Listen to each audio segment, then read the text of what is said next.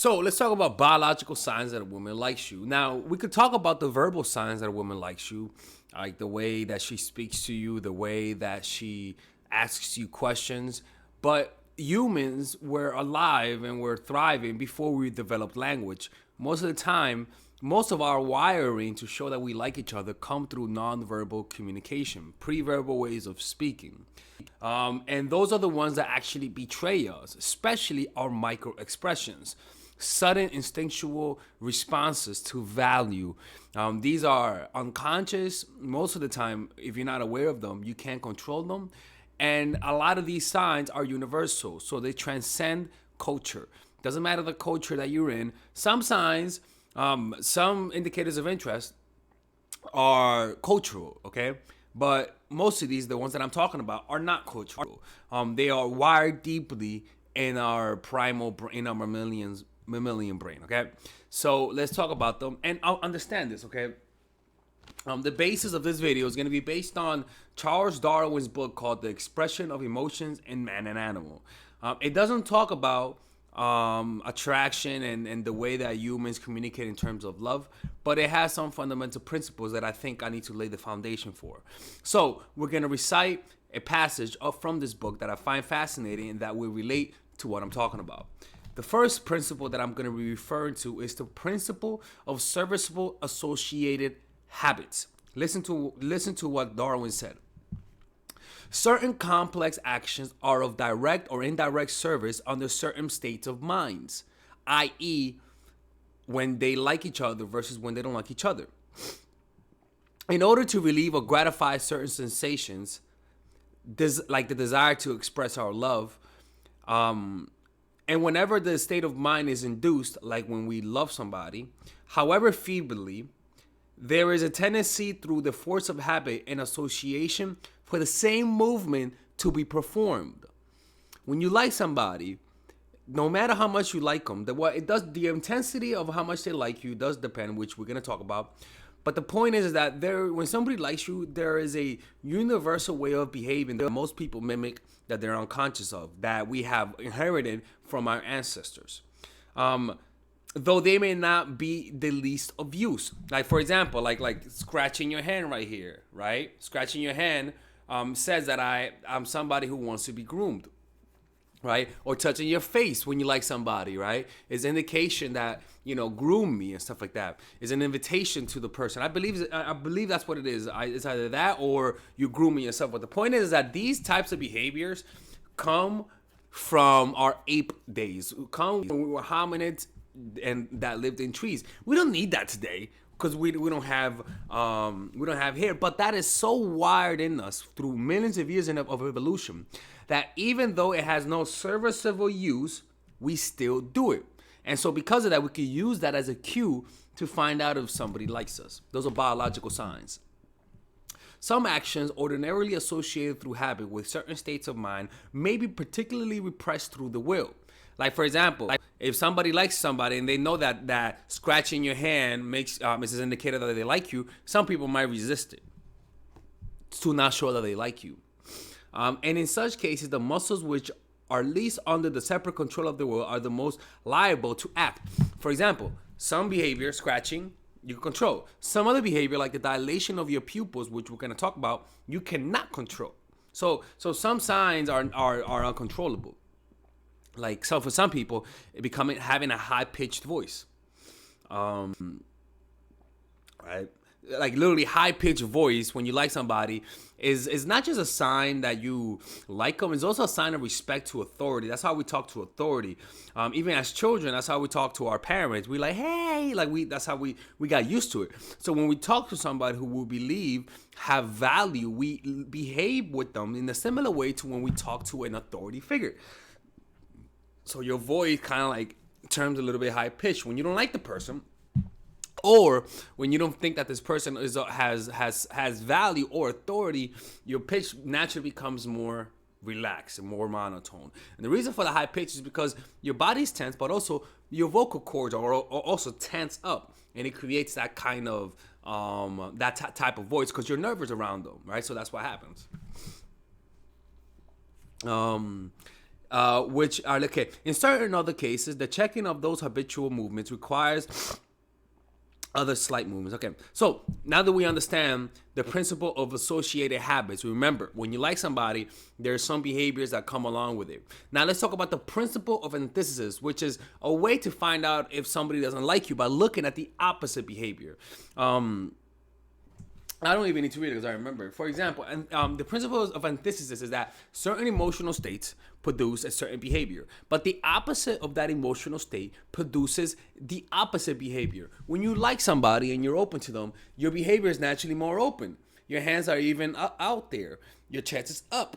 You're responding to them. When you don't like even your body's facing towards them. When you don't like the person, naturally the opposite emotion of liking somebody, you tense up, or even more. Rather than having open palms, you hold them in a fist, and the more angry you are, the more the muscles become contracted. Your face becomes contracted. You squint your eyes. Your body tenses up, or sometimes when it's discussed, you just go like that. You turn away from them. The complete opposite, which is when you like somebody, you're more relaxed. You open up. Even you're so relaxed that your neck even goes to the side, right? That's why when somebody likes somebody or they're interested in something, their neck goes like that. It's because their whole body is relaxing. Because you don't never see somebody go like that. Don't you notice that? When you don't like somebody, don't you notice you never go like that? No, you're tense. You're like, but when you like somebody, even your neck relaxes. And you go like that. Your eyes become a little bit more droopy. Your mouth opens up because it's relaxing, right? It opens up a little bit. That's what a woman will do. But when she doesn't like you, you'll notice the opposite. The opposite, right? When you like somebody, your pupils naturally dilate, right? Your pupils dilate because it's for the most part is sexual attraction, right? The word pupil for the most part has a doll-like, means doll-like reflection in Latin. So when you see somebody you like, your eyes dilate as if you're trying to see as much as possible of this person. Same thing when that happens with food. In this process, your body's on pretty much like your body's what's it called? Fucking autonomic nervous system plays a great part in the uncontrollable dilation, which controls the muscles of the irises and makes your pupils dilate when you see someone you like. Besides, this pupil dilation is also related to sexual excitement and arousal, which stimulates the pupils to expand to make you focus and heighten your attention, which is what you call your reticular activating system, which allows you to focus on what's valuable and what's a threat to your well-being. So your eyes just open up a little bit more. Similar, this also happens when you're in the dark. Your eyes open up more to see more. You see what I'm saying? So that's one thing, is that the pupil dilation is one part of the body that completely like betrays you. You can't control it. But also the opposite side, when the pupils don't dilate, it's either really, really sunny or they don't like you to the point they don't even want to see your detail. They don't even want to see you. That's why their pupils don't even dilate. Okay? So that's what we have. We have reflexive action from Darwin's theories, which is common habits that have been passed down that become reflexive, right? Especially from our ape years. For example, another example is sneezing. Achoo, right? You sneeze because for millions of years, we realize that if there's something stuck in our nose or mouth, we go like, right? You go like that, you extort it out. And we did that for so many times over millions of years, that it literally became wired where we go like, achoo, and it's uncontrollable, right? Or even like another example, or even like dogs looking at you shit, right? When a dog looks at you shitting, and the reason why dogs do that is because in the wild, when they were wolves, when an animal took a shit, when a dog took a shit, he was in a vulnerable position. So dogs literally look at them to make sure that they're okay, right? So dogs are bringing that type of instinct to our house, and we don't need it, but that's what dogs do, right? They still have that. Or another example is like having traumas. When you have PTSD, it's really because you become hyper vigilant. Your what's that thing called? Not oxytocin. the stress hormone, the stress cortisol, right? What happens is that when something negative happens, for example, when something positive happens to you, your brain naturally remembers what led up to it through dopamine, right? So if you got laid at the library, all of a sudden you're gonna go back to the library because you got laid, right? But let's just say something bad happened and you ate something poisonous, right? Or even a snake bit you, right? So all of a sudden your brain releases cortisol as a way to tell you to get the fuck out, but also to ingrain and remember the events that led up to that threatening event that threatened your existence. And as a result, you're gonna remember what the snake looked like. Where were you in the area? So now your brain is gonna say, never go back to that area. Or when you're in that area, become even more hypervigilant and make sure that you don't see the same circumstance. So you become more aware of every little movement, right? You're like, oh shit, that that movement, right? And so that's a survival mechanism, a really brilliant one, to be honest with you. But in our civilized society, we don't need it that much, right? And so it perturbs us because we live in a peaceful place that doesn't require that type of hypervigilance. But in reality, it's an adaptive evolutionary mechanism that almost every animal has. Almost every animal you see in the wild is traumatized. Like every animal is going through like PTSD, having a flashback, having random flashbacks, you know. So that's what you gotta understand, right? So let's talk about some other body language signs, right? That are biological and that the person cannot control. Playing with their hair, right? Playing with their hair says grooming. They're grooming themselves. They're making sure they look nice, right? It's pretty much saying, I care what you think of me. Let me make sure I look nice, okay? And also in our days of our when we were when we were apes, we also groomed ourselves to make sure we look nice, right? But for the most part, I don't think that the last part is true.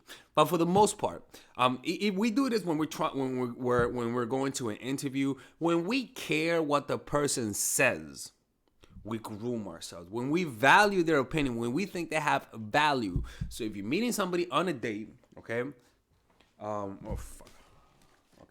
If you're meeting somebody on a date and it's romantically, what happens is that you care about their opinion because you like them.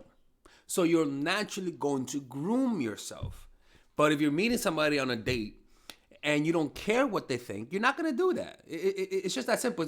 So it's kind of like, oh, dude, when you were interviewing, my girl was fucking touching your hair. So does that mean she wants to fuck her fucking boss? I'm like, no, she just fucking cares what he thinks. She wants a fucking job, right?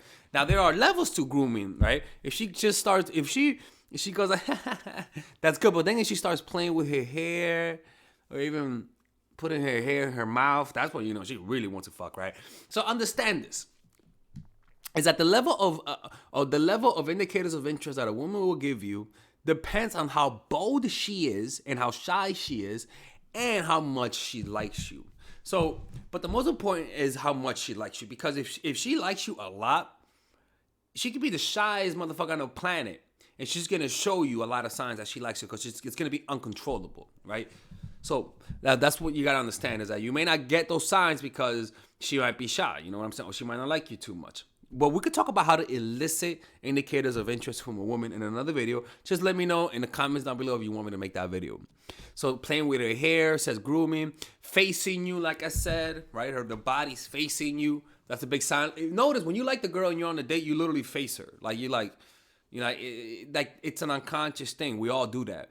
Laughing at your jokes is not the fact that you're funny. Okay, you're not that funny. What really happening is that she is responding to your value, and that's why she finds you funny, right? There's a lot of dopamine going on, right? And so she's excited, and so naturally, the more a girl likes you, the more she's gonna find you funny.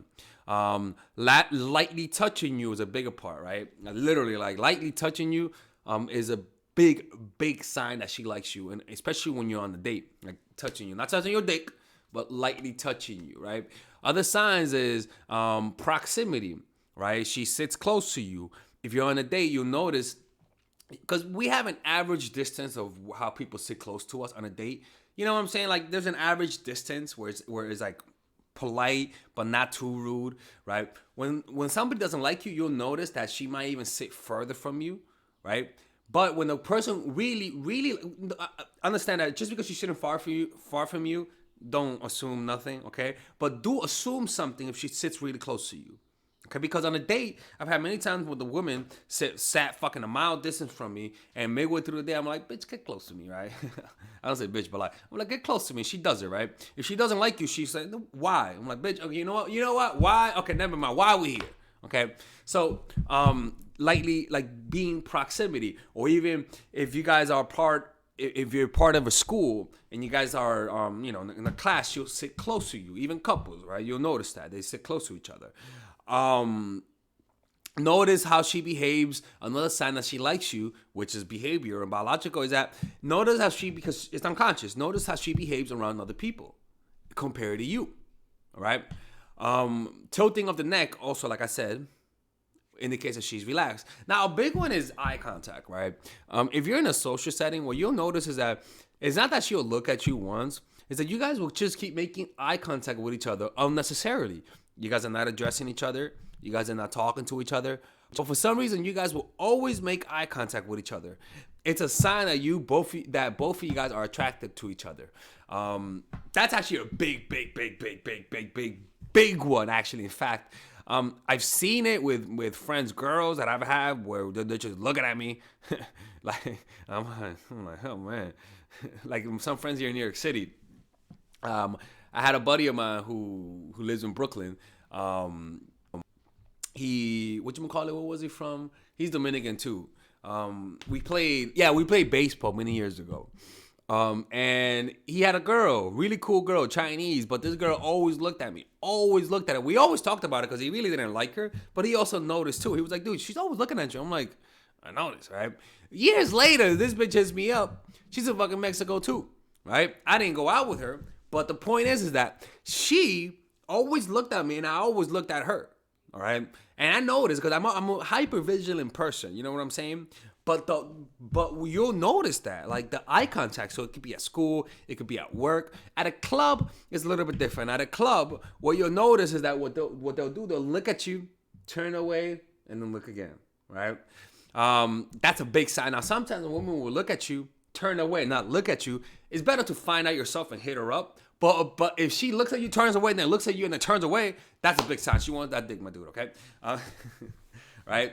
And those are some of the big signs that a woman likes you. I talk a lot about this in my course, the psychological dark game indicators of interest. So go check it out in the description down below. If you guys want to work with me one-on-one and get coaching, click on the description down below and let me know what other videos you guys want me to make next. And also, what are some other signs that a woman likes you? Let me know in the comments down below so that other people can learn about it. Okay? I'll see you guys in the next video.